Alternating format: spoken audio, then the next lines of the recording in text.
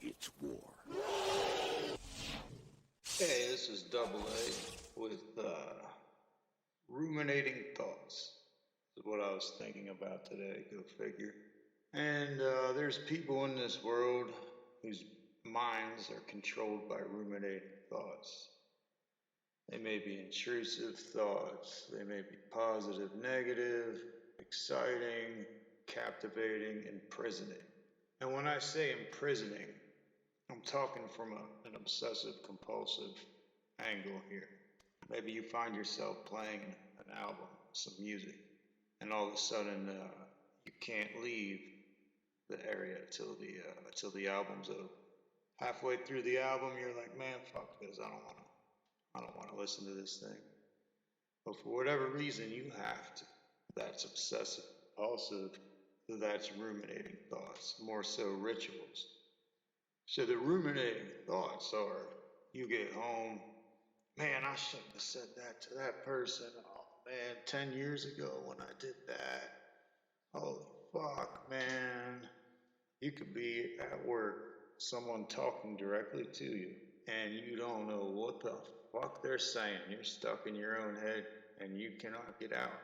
Let's say, like a fantasy world, maybe like some form of escapism. Imagine you're watching a movie and you say to yourself, that's not at all how I would direct this thing. Maybe there's some movies similar to how you might like to direct a movie. So you weed through and stack like 10 of these movies up, and in your head watch all 10 of them straight through, pretending that you're the director and you own your own studio or your own whatever the fuck movie company label. That's in prison. And that's not fucking normal. And there's people that live this way. Maybe it's like a substance abuse thing. You got 12 beers in the fridge. Let's say Rolling Rock or Bush or whatever the fuck beers you want. There's 12 of them in there. You start drinking them, right? And you make sure that you line the cans up on your coffee table so you know how many you've drank. And you organize them in a pattern. And let's say you drank six of these beers, and you're hammered drunk. You still got 6 more, and you had convinced yourself you were going to drink it all, because today was going to be a big bash. Now you don't want to drink 6 more beers, and you force yourself to. That is obsessive compulsive. That is also a ritual. Combine that with like some weed and cocaine. You got someone pacing around their house like a full-blown fucking maniac. So picture a guy watching 10 straight movies that he's pretended he directed, back to back to back. This is not fun.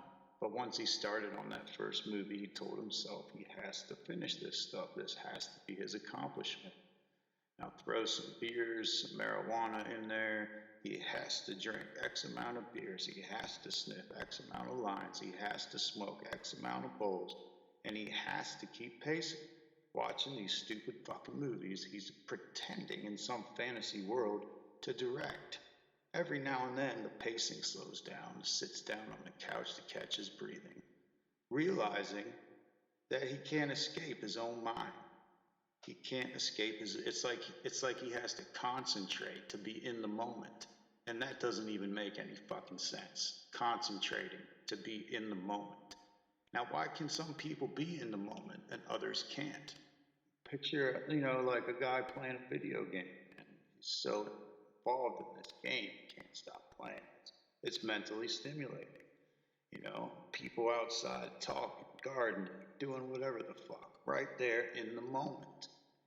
This is a healthier mental state, and it's almost like some people just can't seem to reach it. Maybe every now and then they get stuck in that zone for like a couple hours, maybe a day or two, and then they fall right back into this cycle of madness. And it's like, don't take for granted. If you can just get up, be in the moment, focus, do something, accomplish a task, move on with your day-to-day life. It's even those little things like doing the dishes and doing the laundry, man. If you're not in the moment, that stuff ain't fucking getting done. You know what I mean? Like, you're playing music obsessive compulsively. I mean, you're like sitting there standing next to the speakers doing nothing else. It's fucking weird, man. I mean, not in moderation. And that's kind of what all this is about, man, moderation. Because if you don't have any moderation, you're just going to keep going on one thing. Your brain will lock. Your brain will lock. You won't be able to switch gears. And maybe that's what this is all about, the difference between people that can switch gears and people that can't. People that can silence their minds and people that can't. People that like get stuck in a strange loop and people that don't. When you're young, your brain is creating these connections, these neural pathways, whatever the fuck you want to call them. It's creating like software, like a baseline operation for you to work with. If you just thought about everything all at the same time, like some super enlightened person, you wouldn't be able to function. You need to reduce certain things like reference points so you can focus and get through shit quicker. And you develop this software, these reference points for things that maybe it's just not developed very very properly here. You got all these glitches in your mental program. So when you grow up, it just amplifies. It spirals down this rabbit hole, which is your mind.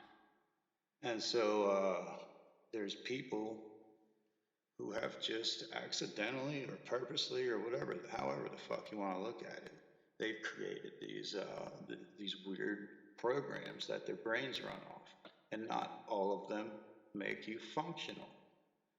Now that could be the case. I think there's also some evidence for hereditary in dealing with things like obsessive compulsive, borderline personality disorder, things of that nature, even things like epilepsy and stuff like that. You got hereditary elements involved, but a lot of it, I mean, even if you are like you're stuck in a loop inside your head, and you're just sitting on the couch, kind of going crazy. You're almost having a conversation with someone else in your head, like you're having a conversation with yourself. Now, like you're stuck in these weird modes, or like the ones I mentioned previously. I think you can get out. I think you can start if you really want to. That's the thing. A lot of people don't want to because who knows? This might be a coping mechanism for them, for some kind of trauma they've developed, and it's their little safe spot. Pacing around the fucking house, listening to music, pretending you fucking wrote it, album after album. Maybe they don't want to stop doing that because then they're gonna have to face reality.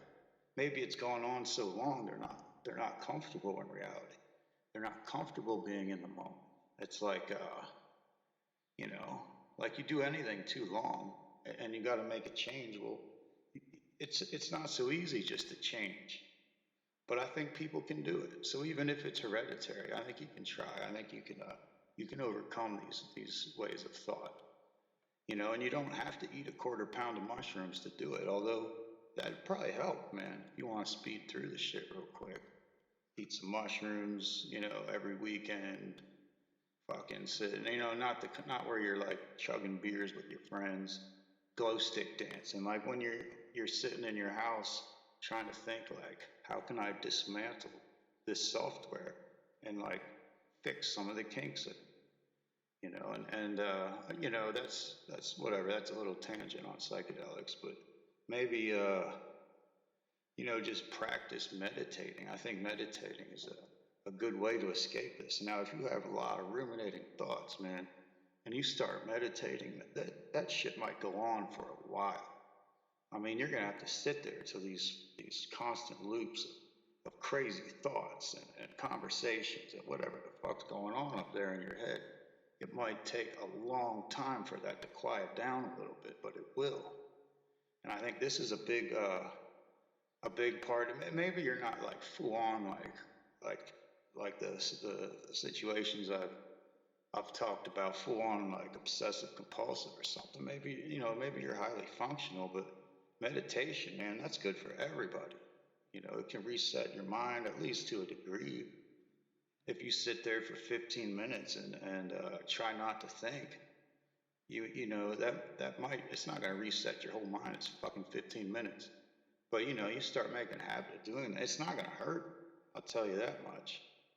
And so this is a bunch of information on ruminating thoughts. I was thinking about ruminating thoughts today because my thoughts were ruminating. So you know, sometimes it's feels nice to break free, take a walk, go to the park. You know, the sun, the outdoors. These are the types of things that'll help calm your mind down, help silence those narrations in your head, those little voices. You know, forcing you to use some kind of like faulty structure that's really not healthy, of which to operate from. And especially with the substance abuse, if you combine the obsession and the compulsion, you are not getting away. You are not going to escape that shit, man. It's too damn easy. Substance abuse makes obsessive, compulsive thoughts and intruding thoughts too damn easy. It perpetuates them to a degree that's extremely powerful. And that's what you see. A lot of people, they get stuck in that kind of loop for a long time. You've seen that dude, like 50, drinks a bottle of liquor a day, can't fucking stop. And now it's a physical thing too. Going through seizures, trying to quit drinking and all that. This stuff, you know, you think, oh, why didn't you just quit, man? It's his fucking choice. I don't give a fuck.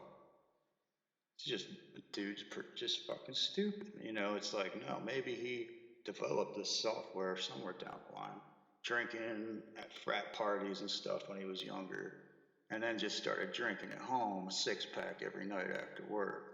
Eventually, that just becomes a mode of thought. And there's studies where we can show how alcoholism works. It creates this, I don't know how to describe it, this little loop in your brain where you skip right to this one mode of thinking. As soon as the alcohol hits you, your brain's like, bam, instantly goes to this weird mode where you get locked and can't escape. I'm not describing it that well, but you can look that shit up and you can find out a lot more about that, you know, stuff from people that could articulate it better than I can. But the point is, substance abuse will perpetuate this obsessive compulsive nature to the point where almost nothing can help. You could be like that forever. And you see that in lots of people. And it's not like a lot of them don't know there's something wrong with them. You know, and see, that's the same thing. Like, you could have someone that's down out on his luck, and he can't escape. His life is fucking shit. And you may have someone that's living it up, man, and he's everything he wants is coming into place. These two people might have the same fucking life. Some people have the displeasure of knowing everything that they're doing wrong, and some people just don't fucking care, and they do what they do. So what's wrong and right anyways? Is there such a thing like morality? This is another topic that I go off on sometimes. Morality. What is morality? What is right and wrong? You know, those are things that, you know, we kind of assign values to these things. And I think when we're talking about morality, we mean our social interactions with other people and how we affect other people. But what's morality on a personal level? I don't know, man. It's kind of, I think of it more as in you know, actions and consequences, which is not the same as morality. I guess actions and consequences is like almost like if you're willing to accept the consequences of something you're doing, then that's what it. Go fucking do it, man. Morality is like, it's a way of saying there's something intrinsically wrong with what you're doing. So who decides if what you're doing is wrong or right or whatever the fuck? You decide that shit. And you know what I mean? There's people that are perfectly willing to live a certain types of life, you know, whether they're taking lots of risks and being, you know, putting their lives in danger, their health in danger, you know, it's some people like, let's say your thing is pizza and beer. That's all you fucking care about. You're obsessed with that shit. You do like pizza eating contests and whatever. That so like pizza and beer is gonna be hard on your health, but not fulfilling your dreams. Maybe that's a worse consequence that you don't want to put up with. And another way to look at this situation is perhaps a religious versus secular, look at it. Like maybe how I say I believe in actions and consequences rather than morality. Maybe it's just a cop out. Maybe, I don't know. Morality kind of implies that there's some force outside of the individual that's kind of telling it, kind of being like a baseline for everyone else. Like I talked about the brain being wired, like some kind of software before. And maybe like the religious perspective, there's a God, and that God is kind of dictating, you know, the morality with the actions and consequences and all that, dictating the morality that we should all, live by. And there's there's something to be said for that because that's where I say the social interactions are improved because if we can all agree on something, then we can all function. So for your personal life, I say like if you're in your home and do whatever the fuck you want, man. It's up to you, but you got to accept the consequences. So it's like in the end, you're gonna have to fall in line. So if pacing around the house, watching fucking movies and drinking beers is what you want to do, then do it. But there's some goddamn consequences to that. You are not living your life. You are not in the moment. So now let's get back to these obsessive compulsive, these rituals and intrusive thoughts and all that kind of stuff. Now you've got something in your head that maybe it is like some chemicals that are imbalanced and it just something you can't avoid. And fucking medications, I almost just assume stay away from them. It's like smoke some fucking weed, man. Don't be taking antidepressants and shit like that. But well, weed can actually perpetuate obsessive, intrusive thoughts. So beware of that. But you see my point. And I was thinking, is it that you wanted to, you know, just destroy this way of thinking? Your mind's been spinning like that for years. It's not going to be so easy. Maybe maybe you could integrate that aspect of your mind into something productive. So you're more functional. Maybe integrate that obsessive mind into doing something creative. And maybe that's how a lot of great musicians operate. Like they can't stop making music, or they'll go fucking nuts, man. And so there's ways you can channel that. And I honestly just thought of that because I was thinking, how can you get out of that fucking loop, and maybe you just get in a different loop that's more healthy. Maybe it is a lot of the what you should be doing in life is finding out how you can get your fucking weird ass personality and integrate it into something because we all got these fucking weird minds and no one's perfect and we're never going to be this perfect person that we imagine. We're only going to be us, and with our blemishes and our faults, that's what we are. We can't be perfect. There's no such thing as perfect. What the fuck is that, man? If you were perfect, you'd be fucking boring, man. No one would talk. There'd be no struggle. Without struggle, there's no personality. No, without endurance and struggle, you have no. There's no you. So you're never gonna be this perfect person. Take what you have and work with it, man. Who knows what you could possibly do, man? Maybe you could record fucking 15 albums and direct 10 movies. Maybe you actually could do that if you channel that fucking shit. instead of just pretending in some kind of fantasy. Now, about the fantasy worlds, uh, for people that have experienced trauma and they learn to escape their own minds with this fantasy world shit, um, perhaps that's also something that can be channeled. You know, work if you've got all that time to do these rituals and these compulsions, and you've got enough time to channel them into something, write a fucking novel. Hell, if you've been like that for years, then you've done sat around long enough to put that to use, you know, and still like it's affecting your life. If this is actually an issue, then it's an issue because it's making you non-functional.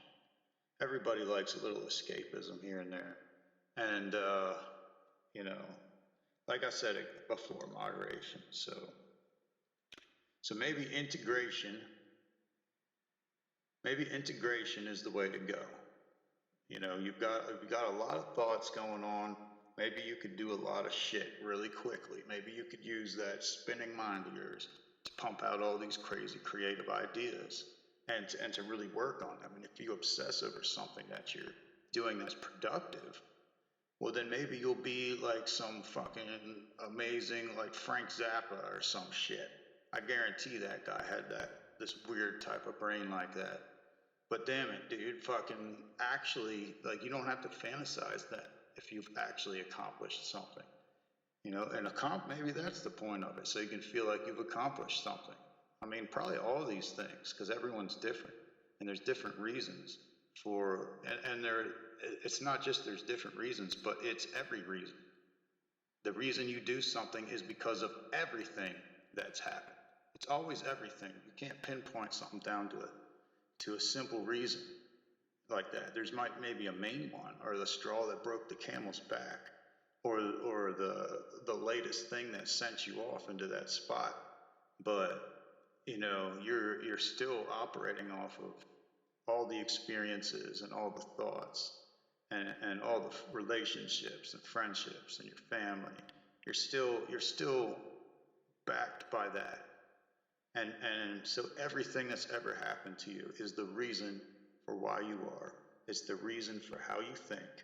And I think originally I was gonna say, you know, learn to get rid of this mode where your brain won't switch gears. But that's where you end up with people, you know, prescribing Adderall and antidepressants and stuff like that. And I don't think it works. So I'm gonna end this fucking podcast, broadcast, whatever the fuck, stupid little recording I'm talking to in my kitchen to, whatever you want to call it. I'm about to put a close. This is ruminating thoughts here. Double A. Just keep thinking about that all fucking day. Loop it in your mind over and over and over and over and over. Alright, peace out, bitch ass motherfuckers.